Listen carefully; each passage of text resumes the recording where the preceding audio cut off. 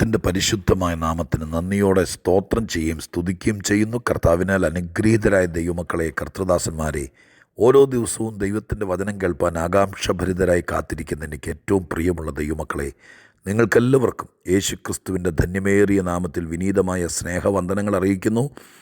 അതോടൊപ്പം തന്നെ നമ്മുടെ രക്ഷിതാവും കർത്താവുമായിരിക്കുന്ന വാഴ്ത്തപ്പെട്ട കർത്താവിന് സകല മഹത്വവും പുകഴ്ചയും സ്തോത്രവും സ്തുതിയും കരയറ്റിക്കൊണ്ട് എൻ്റെ ഹൃദയത്തിൽ ഇന്ന് നിങ്ങളുമായി പങ്കുവയ്ക്കാൻ പരിശുദ്ധ ദൈവം പകർന്നിരിക്കുന്ന സ്വർഗീയ ദൂത് അത് നിങ്ങളോട് പങ്കുവയ്ക്കേണ്ടതിന് തിരുവെഴുത്തിലേക്ക് നിങ്ങളുടെ ശ്രദ്ധയെ തിരിക്കുന്നു. വിശുദ്ധ മത്തായിയുടെ സുവിശേഷം 2-ാം അധ്യായം 19-ാമത്തെ വാക്യം വായിച്ചുകൊണ്ട് ചില ചിന്തകൾ നിങ്ങളെ ധന്യരാക്കാൻ, ധൈര്യപ്പെടുത്താൻ ദൈവകൃപയിൽ തന്നെ ആശ്രയിച്ച് ഞാൻ മുദ്രികയാണ്. 2-ാം അധ്യായം 19-ാം വാക്യം, മത്തായിയുടെ സുവിശേഷം. എന്നാൽ ഹെരോദാവ് കഴിഞ്ഞു പോയ ശേഷം കർത്താവിൻ്റെ ദൂതൻ മിസ്രയീമിൽ വെച്ച് യോസേപ്പിന് സ്വപ്നത്തിൽ പ്രത്യക്ഷനായി.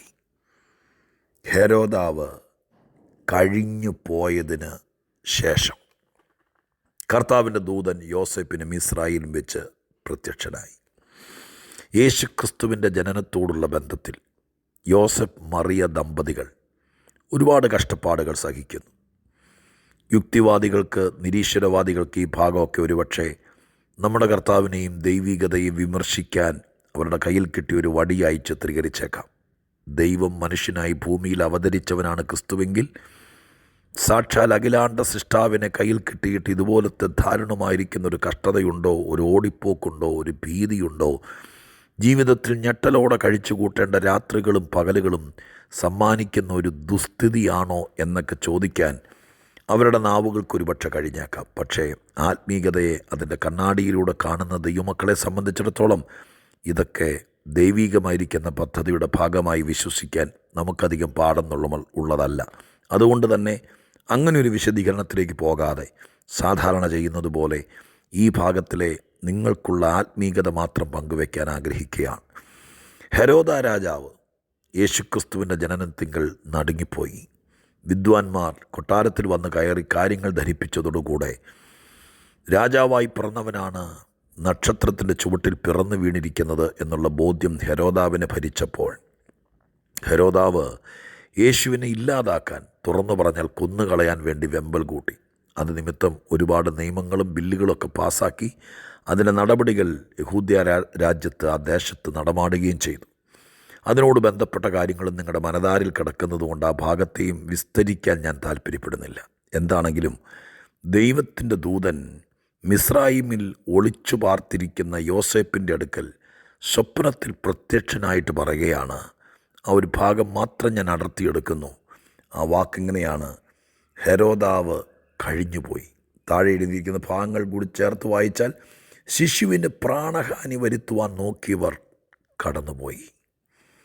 നോക്കൂ, കുറച്ച് നാളുകളായിട്ട് പ്രാണഹാനി, ജീവഹാനി വരുത്താൻ വേണ്ടി നോക്കിക്കൊണ്ടിരുന്ന അതികായനായ, ശക്തനായ, മല്ലനായ, ആരോഗ്യ ദൃഢഗാത്രനായ, ഭരണാധികാരിയായിരിക്കുന്ന ഹെരോദാവ് കഴിഞ്ഞു പോയിരിക്കുന്നു. മറ്റു ട്രാൻസ്ലേഷനൊക്കെ ഞാൻ നോക്കിയപ്പോൾ അതിനകത്തൊക്കെ സാധാരണ രീതിയിൽ ഹെരോദാവ് മരിച്ചു എന്നുള്ള ആ ഒരു വാക്കാണ് ഉപയോഗിച്ചിരിക്കുന്നത്. മരിച്ചുപോയി, സ്വാഭാവികമാണ്. പക്ഷെ മലയാള ഭാഷ മാത്രം എന്തുകൊണ്ടോ കഴിഞ്ഞുപോയി എന്നൊരു വാക്കുപയോഗിച്ചു. സുന്ദരമായിട്ട് എനിക്ക് തോന്നി, കഴിഞ്ഞുപോയി. ഇത് ധ്യാനിച്ചുകൊണ്ടിരിക്കുമ്പോൾ എൻ്റെ മനസ്സിലേക്ക് മറ്റു ചില വാക്ക് കൂടി വന്നു. സങ്കീർത്തനത്തിലൊരു വാക്കുണ്ട്, 42-ാം സങ്കീർത്തനത്തിൻ്റെ 7-ാമത്തെ വാക്യത്തിനകത്ത് ഇങ്ങനെ എഴുതിയിട്ടുണ്ട്: നിൻ്റെ ഓളങ്ങളും തിരമാലകളും എൻ്റെ തലയ്ക്ക് മീതെ കടന്നുപോയി. അത് ചിന്തിച്ചുകൊണ്ടിരിക്കുമ്പോൾ ന്യായാധിപന്മാരുടെ പുസ്തകം 15-14 ശിംശോനെ ചണച്ചരട് കൊണ്ട് കൈകൾ ബന്ധിച്ച് ഇല്ലാതാക്കാൻ നോക്കി. അതിൻ്റെ പിന്നാമ്പുറങ്ങൾ എന്തു തന്നെയാണെങ്കിലും അവിടെ എഴുതിയിരിക്കുന്നൊരു വാക്കുണ്ട്, ആ ചണച്ചരടുകൾ കരിഞ്ഞുപോയി. ഞാൻ 3 വാക്കുകൾ വേദപുസ്തകത്തിൽ അടിവരയിട്ടു, എൻ്റെ ഡയറിക്കുറിപ്പിൽ എഴുതി വെച്ചു. 1, കഴിഞ്ഞു പോകുന്ന കരുത്തന്മാർ. 2, കടന്നു പോകുന്ന പ്രശ്നങ്ങൾ. 3, കരിഞ്ഞു പോകുന്ന ബന്ധനങ്ങൾ. ഒരിക്കൽ കൂടി ഞാൻ ആ വാക്കുകൾ വേദപുസ്തകത്തിൽ നിന്ന് തപ്പിപ്പെറുക്കിയെടുത്തത് എൻ്റെ പ്രിയപ്പെട്ടവരുടെ ധൈര്യത്തിന് വേണ്ടി ഇന്ന് പങ്കുവയ്ക്കാം. കഴിഞ്ഞു പോകുന്ന കരുത്തന്മാർ, കടന്നു പോകുന്ന പ്രശ്നങ്ങൾ, കരിഞ്ഞു പോകുന്ന ബന്ധനങ്ങൾ. ഈ 3 റെഫറൻസും നിങ്ങൾ കണ്ടെത്തി അടിവരയിടുക. ഇനി ഞാൻ അല്പം വിശദീകരിക്കാം. എന്നെ കേൾക്കുന്ന പ്രിയപ്പെട്ടവരെ, ദൈവം പറഞ്ഞതനുസരിച്ച് ദൈവത്തോടുകൂടെ ദൈവത്തിന് വിധേയപ്പെട്ട് ജീവിക്കുക എന്ന് പറയുന്നത് ഈ ഭൂമിയിലൊരു ഭാഗ്യമാണ്. ഞാൻ എപ്പോഴും നിങ്ങളെ ഓർപ്പിക്കുന്നത് പോലെ കാര്യസാധ്യം പ്രാപിക്കാൻ വേണ്ടി മാത്രം കർത്താവിൻ്റെ കാല് പിടിച്ചു വരുന്നവർ ഒത്തിരി പേര് കണ്ടേക്കാം. അവരെ ഇന്ന് ഞാൻ തൽക്കാലത്തേക്ക് മാറ്റി നിർത്താം. എന്നിട്ട് ആത്മീക ജീവിതം അത്യാവശ്യ വേളകളിൽ മാത്രം എടുക്കുന്ന ഒരു പ്രത്യേക നയം അല്ല, നിത്യതയോളം മരണത്തോളം ഈ ഭൂമിയിൽ കാത്തു സൂക്ഷിക്കാൻ ദൈവം നമ്മളെ പരമേൽപ്പിച്ച ഒരതിവിശുദ്ധ വിശ്വാസത്തിൻ്റെ നേർക്കാഴ്ചയാണെന്ന് ഹൃദയത്തിനകത്ത് വിശ്വസിച്ച ഒരുപാട് ആളുകൾ ലോകത്തിലുണ്ട്. എന്നെ കേൾക്കുന്നതിൽ ഭൂരിപക്ഷം ആളുകളും അങ്ങനെയുള്ളവരാണെന്ന് ഞാൻ വിചാരിക്കുന്നു. ഒറ്റ ദിവസം കൊണ്ട് ആത്മീകം തീർക്കുന്നവരും ഒരു കാര്യം നടത്താൻ വേണ്ടി മാത്രം ഏതറ്റം വരെ പോകാൻ താല്പര്യപ്പെടുന്നവരും അവരല്ല വാസ്തവത്തിൽ ആത്മീകത്തിൻ്റെ കാവലാളുകൾ. പിന്നെയോ കർത്താവ് പറഞ്ഞതനുസരിച്ച് കർത്താവിന് വിധേയപ്പെട്ട് അതിന് മുമ്പിൽ വരുന്ന ഏത് പ്രത്യാഘാതങ്ങളെയും, പൗലോസിൻ്റെ ഭാഷയിൽ പറഞ്ഞാൽ പലതും ചവറന്നെണ്ണി, ചില കാര്യങ്ങൾ ദൈവം കാണിച്ചു തന്നത് നേടേണ്ടതിന് ഒരു വൃദ്ധനെ പോലെ ജീവിത തീരുമാനമെടുത്ത് മുന്നോട്ട് പോകുന്നവർ, അവരെ സംബന്ധിച്ച് ഇങ്ങനെയുള്ള ഭയങ്കര പ്രശ്നങ്ങൾ അഭിമുഖീകരിച്ചേക്കാം. ഇതാ സാക്ഷാൽ ക്രിസ്തു യേശു ജന്മം കൊണ്ട കുടുംബത്തിനകത്ത് കർത്താവിനെ കൊന്നുകളയാൻ, പ്രാണഹാനി വരുത്താൻ വേണ്ടി കാലങ്ങളോളം ആയുധം രാഗിവെച്ച് സൈന്യസമേതത്തെ സന്നാഹമാക്കി വെച്ച ഹെരോദാവ്, അദ്ദേഹത്തെക്കുറിച്ച് ബൈബിൾ ഒരു കൊച്ചു വാക്കാണ് എഴുതിയിരിക്കുന്നത്, വലിയ ഖനം പോലും കൊടുത്തിട്ടില്ല. ഹെരോദാവ് കടന്നു പോയ ശേഷം ഞാൻ അതിൽ നിന്നൊരു വാക്ക് പറയാം.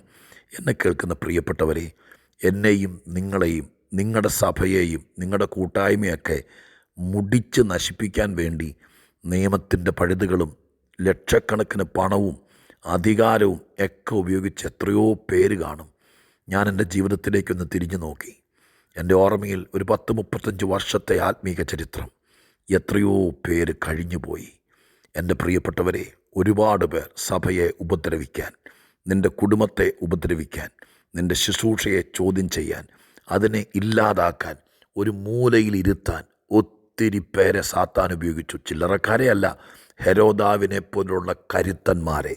അങ്ങനെയുള്ള പല കരുത്തന്മാരും കഴിഞ്ഞുപോയി. മഹാദൈവത്തിൻ്റെ കൃപ കൊണ്ട് ഇന്നും നമ്മളിൽ പലരും ദൈവത്തിൻ്റെ കൈകളിൽ സുരക്ഷിതരായി. നമ്മുടെ കുടുംബത്തോടുകൂടെ, നമ്മുടെ ജീവിത പങ്കാളിയോടും നമ്മുടെ മക്കളോടും കൂടെ, നിങ്ങളിൽ ചിലർ കൊച്ചുമക്കളോടുകൂടെ ഇത് കേൾക്കുന്നത് നല്ല രാജ്യത്ത് മക്കളുടെ കൂടെ ഇരുന്നുകൊണ്ടായിരിക്കാം. ഇല്ല, പ്രശ്നങ്ങളെ തരണം ചെയ്ത് കരുത്തന്മാർ കരുക്കൂട്ടിയ ഒരുപാട് വിഷയങ്ങളുടെ നടുവിൽ, അതിൻ്റെ നടുവിൽ പട്ടുപോകും, വാരിക്കൂട്ടിയിട്ട് വേസ്റ്റ് കത്തിക്കുന്നത് പോലെ കത്തിക്കുമെന്ന് വെല്ലുവിളിച്ചവരുടെ നടുവിൽ അവരൊക്കെ കഴിഞ്ഞുപോയി. അവരെല്ലാം കഴിഞ്ഞു പോയിട്ടും നമ്മുടെ കഥ ഇവിടെ തീർന്നിട്ടില്ല. ചരിത്രം തുടരുകയാണ്. എന്നെക്കൊണ്ടും നിങ്ങളെക്കൊണ്ടും ദൈവം ചെയ്യിപ്പിക്കുന്ന ചരിത്രം തുടരുകയാണ്. ഞാൻ എന്നെ കേൾക്കുന്ന ഒത്തിരി ബുദ്ധിമുട്ട് അനുഭവിക്കുന്നവരോട് പറയാം, ആരൊക്കെയോ നിമിത്തം വല്ലാതെ കഷ്ടപ്പെടുന്നവരോട് പറയാം, ഈ കരുത്തന്മാരൊക്കെ കഴിഞ്ഞു പോകും. നമ്മൾ പിന്നെയും കാണും. ഇവിടെ മാത്രമല്ല, നിത്യതയിലും. എന്നെ കേൾക്കുന്നവരെ, എന്തൊക്കെ പ്രശ്നങ്ങൾ തരണം ചെയ്യേണ്ടി വന്നാലും കർത്താവ് പറയുന്നതനുസരിച്ച് ഒതുങ്ങി നിൽക്കേണ്ടിടത്ത് ഒതുങ്ങി നിൽക്കുക, ഒളിച്ചിരിക്കേണ്ടിടത്ത് ഒളിച്ചിരിക്കുക, മാറി നിൽക്കേണ്ടിടത്ത് മാറി നിൽക്കുക, മൗനമാകേണ്ടിടത്ത് മൗനമാകുക. ഇന്ന് ദൈവസന്നിധിയിൽ അതിന് സമർപ്പിച്ചാൽ നിൻ്റെ മുമ്പിൽ നിൽക്കുന്ന സായുധധാരികളായ പലരും കഴിഞ്ഞു പോകും. അത് കഴിഞ്ഞ് നിനക്കൊരവസരവുമായി ദൈവത്തിൻ്റെ ദൂതൻ നിൻ്റെ അടുക്ക് വരും, രംഗത്ത് വരാൻ അവസരമൊരുക്കും.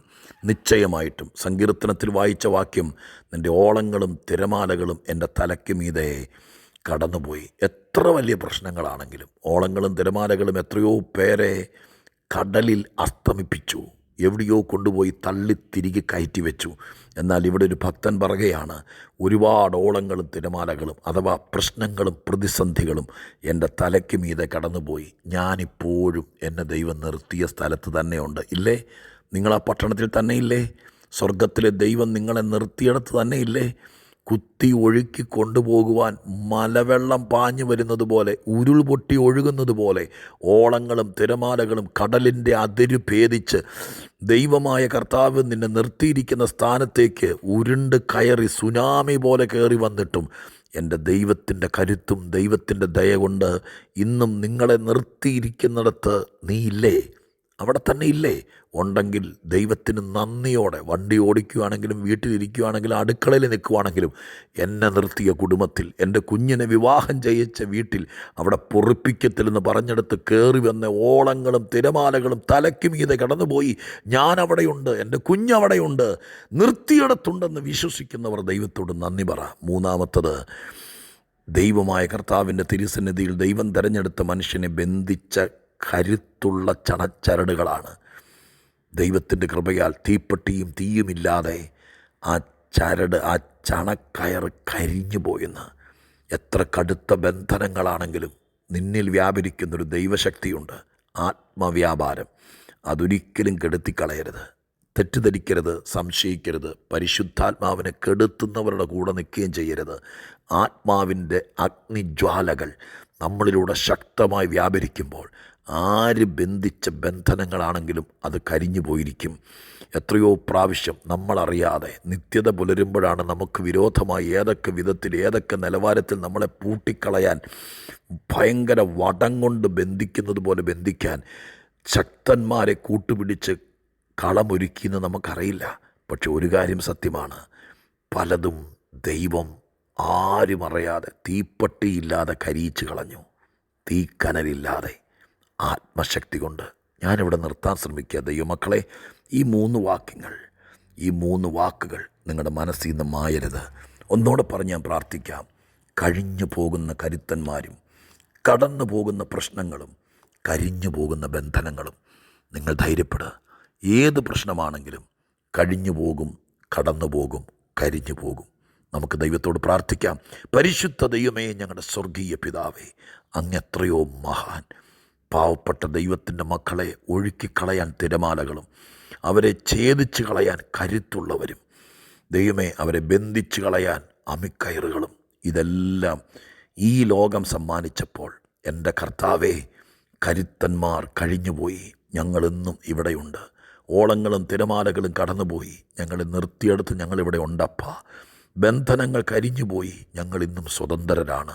ദൈവം ഞങ്ങൾ ഇത്രത്തോളം അനുഗ്രഹിച്ചതിന് നന്ദി. ഈ ദൂത് കേൾക്കുന്ന ആരൊക്കെ ഏതൊക്കെ വിഷയത്തിൽ ഭയങ്കര മനസ്താപത്തോടിരിക്കുന്നോ അവർക്ക് ഈ മൂന്ന് വാക്യങ്ങൾ വാളിനേക്കാൾ മൂർച്ചയുള്ളതും ദൈവമേ തണുപ്പിക്കുന്നതും ശക്തിയുള്ളതുമായിരിക്കട്ടെ. നിൻ്റെ മക്കളെ ധൈര്യപ്പെടുത്തണം. പ്രാർത്ഥിക്കുന്നവർക്ക് വിടുതൽ കൊടുക്കണം. ചില കരുത്തന്മാർ കഴിഞ്ഞു പോട്ടെ, അങ്ങയുടെ മക്കൾ ജീവിക്കട്ടെ. സ്വർഗമത് ചെയ്യണം. ചില ഓളങ്ങളും തിരമാലകളും ഇന്ന് തന്നെ ഈ മാർച്ച് 31 യേശുവിൻ്റെ നാമത്തിൽ ദൈവിക അധികാരത്തിൽ എൻ്റെ പ്രിയപ്പെട്ടവർക്കായി പ്രാർത്ഥിക്കുന്നു. തലയ്ക്ക് മീതെ കടന്നു പോകട്ടെ, അവരവിടെ നിലനിൽക്കട്ടെ. ബന്ധിക്കപ്പെട്ടവരെ പോലെ നിൽക്കുന്നവരെ സ്വർഗത്തിലെ അഗ്നി അയച്ച് ബന്ധനങ്ങളെ കരിയിച്ച് കളയണം. കുഞ്ഞുങ്ങളെ, കുടുംബങ്ങളെ ഒക്കെ അനുഗ്രഹിക്കണം. പ്രത്യേകിച്ച് കർത്തൃദാസന്മാർക്കായി പ്രാർത്ഥിക്കുന്നു. ഈ വചനം അവർക്ക് ഒത്തിരി ഫലിക്കട്ടെ. അവരെ നിർത്തിയെടുത്തിരിക്കുന്നിടത്ത് ഉറച്ചു നിൽക്കാനിടയാകട്ടെ. യേശുവിൻ നാമത്തിൽ പ്രാർത്ഥിക്കുന്നു. കേൾക്കണേ സ്വർഗീയ പിതാവാം ദൈവമേ. ആമേൻ.